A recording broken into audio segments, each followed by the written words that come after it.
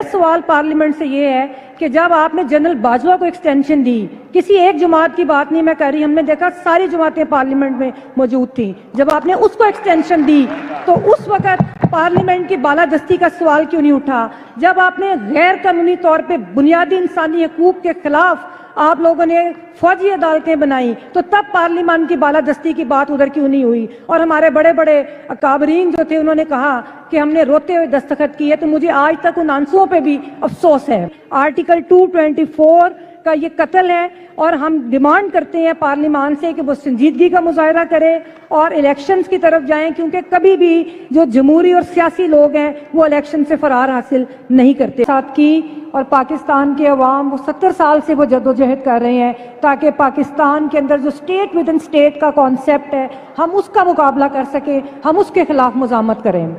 تو آج مجھے بڑے افسوس کے ساتھ کہنا پڑتا ہے کہ جب ہم پاکستان میں کانسٹیٹیوشن کی گولڈن جوبلی منا رہے تھے تو بجائے اس کے کہ ہم خوشی کے ساتھ آج ہم اکٹھے ہوتے اور ہم یہ بات کرتے کہ ہمیں فخر ہے کہ ہم لوگوں نے ترقی کا اور ترقی پسندی کا ایک منزل طے کیا، لیکن افسوس کے ساتھ ہمیں کہنا پڑتا ہے کہ آج ہم اپنی پارلیمنٹ سے مایوس ہو کے یہ بات کر رہے ہیں کہ جو پارلیمنٹ ہماری جو توقعات تھیں وہ اپنی پارلیمنٹ کے ساتھ تھی، کیونکہ وہ ہمارے چوزن ریپرزینٹیٹیوز ہیں، لیکن انفارچونیٹلی وہی ریپرزینٹیٹیو آج جمہوریت کے خلاف کھڑے ہیں۔ تو ہمیں بڑے افسوس کے ساتھ یہ کہنا پڑتا ہے کہ ہم لوگ آگے نہیں بڑھ سکے اور ہم ادھر ہی کھڑے ہیں جہاں سے ہم نے اپنا سفر شروع کیا تھا۔ سب نے بھی بات کی، اکابرین نے، عابد زبیری صاحب نے جس طرح بات کی، زبیری صاحب ہم لوگ آپ کی قیادت میں بالکل لاہور ہائی کورٹ بار کسی سیاسی جماعت کی نمائندگی نہیں کرے گی، لیکن ہم لوگ آئین اور قانون کی نمائندگی کریں گے، ہم جمہوری جدوجہد کی نمائندگی کریں گے، اور ہم ہر اس جج کے، میں کسی ایک جج کی بات نہیں کرتی، ہم اس جج کے ساتھ کھڑے ہوں گے جو آئین کے ساتھ کھڑا ہوگا۔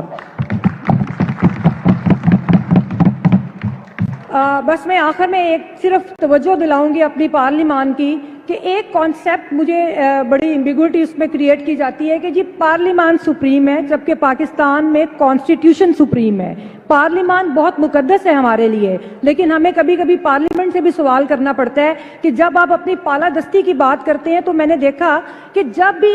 ہم ایک سٹیٹس کو کے خلاف لڑتے ہیں تو پارلیمنٹ کھڑی ہوتی ہے کہ جی میں بالادست ہوں۔ میرا سوال پارلیمنٹ سے یہ ہے کہ جب آپ نے جنرل باجوہ کو ایکسٹینشن دی، کسی ایک جماعت کی بات نہیں میں کر رہی، ہم نے دیکھا ساری جماعتیں پارلیمنٹ میں موجود تھیں، جب آپ نے اس کو ایکسٹینشن دی تو اس وقت پارلیمنٹ کی بالادستی کا سوال کیوں نہیں اٹھا؟ جب آپ نے غیر قانونی طور پہ بنیادی انسانی حقوق کے خلاف آپ لوگوں نے فوجی عدالتیں بنائیں تو تب پارلیمان کی بالادستی کی بات ادھر کیوں نہیں ہوئی؟ اور ہمارے بڑے بڑے اکابرین جو تھے انہوں نے کہا کہ ہم نے روتے ہوئے دستخط کیے، تو مجھے آج تک ان آنسوؤں پہ بھی افسوس ہے۔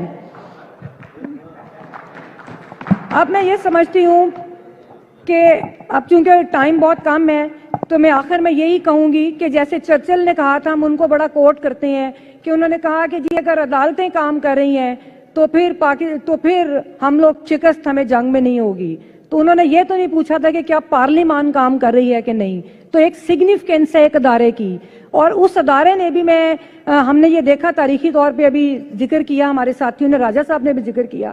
کہ انہوں نے اپنی ذمہ داریاں ادا نہیں کی۔ ہمیں بہت سے گلے ہیں، ہمیں بہت سے شکوے ہیں اپنی عدالتوں سے، لیکن یہ شکوہ بڑا تکلیف سے ہم کرتے ہیں کہ جو ان کے اندر ڈویژن تھی یا جو بھی ان کی ڈویژن ان کے ادارے کے اندر تھی اب پوری قوم کے آگے آ کے کھڑی ہو گئی ہے، اور یہ بہت زیادہ سنگین حالات کی طرف نشاندہی کرتی ہے۔ اور ہم لوگ امید رکھتے ہیں کہ یہاں پر بھی جو اکابرین موجود ہیں، یہاں پر جو سول سوسائٹی ایکٹیوسٹ موجود ہیں، ہم لوگ مل جل کے اس بحران سے نکالیں گے۔ اگر ہم کانسٹیٹیوشن کی بھی بات کریں تو بطور پولیٹیکل ایکٹیوسٹ میں یہ بھی کہتی ہوں کہ شاید ہمارا بھی اختلاف ہو بہت ساری پروویژن سے، ہو سکتا ہے ہم سیکولر پاکستان کی جب بات کرتے ہیں تو ہم یہ بات کرتے ہیں کہ ساری جو پاکستان کے اندر جو منورٹیز ہیں ان کی رسپیکٹ ہونی چاہیے، لیکن ہم نے ہمیشہ جدوجہد کا رستہ اپنایا۔ ہم نے کبھی یہ نہیں کہا کہ جو آئینی فیصلے ہیں جس طرح پارلیمنٹ نے کیا تو وہ اس پہ ہمیں بڑا افسوس ہے، اور ہم یہ توقع کرتے ہیں کہ آپ جس طرح دو بڑے صوبوں کو آپ ان ریپرزینٹڈ رکھنا چاہتے ہیں، آرٹیکل 224 کا یہ قتل ہے، اور ہم ڈیمانڈ کرتے ہیں پارلیمان سے کہ وہ سنجیدگی کا مظاہرہ کرے اور الیکشنز کی طرف جائیں، کیونکہ کبھی بھی جو جمہوری اور سیاسی لوگ ہیں وہ الیکشن سے فرار حاصل نہیں کرتے۔ بہت شکریہ۔ بہت شکریہ، بہت مہربانی. اب میں جس شخصیت کو بلانے جا رہا ہوں وہ خود بھی جج رہی ہیں، ان کے آج فرزند ارجمند بھی یہاں موجود ہیں، سینیٹر ہیں وہ، اور ان کے ہسبینڈ بھی جو ہے chief justice Lahore high court اور جج سپریم کورٹ بھی رہے ہیں. میرے خیال میں یہ ریکارڈ ہے. میرا مقصد جسٹس ناصرہ اقبال صاحبہ سے.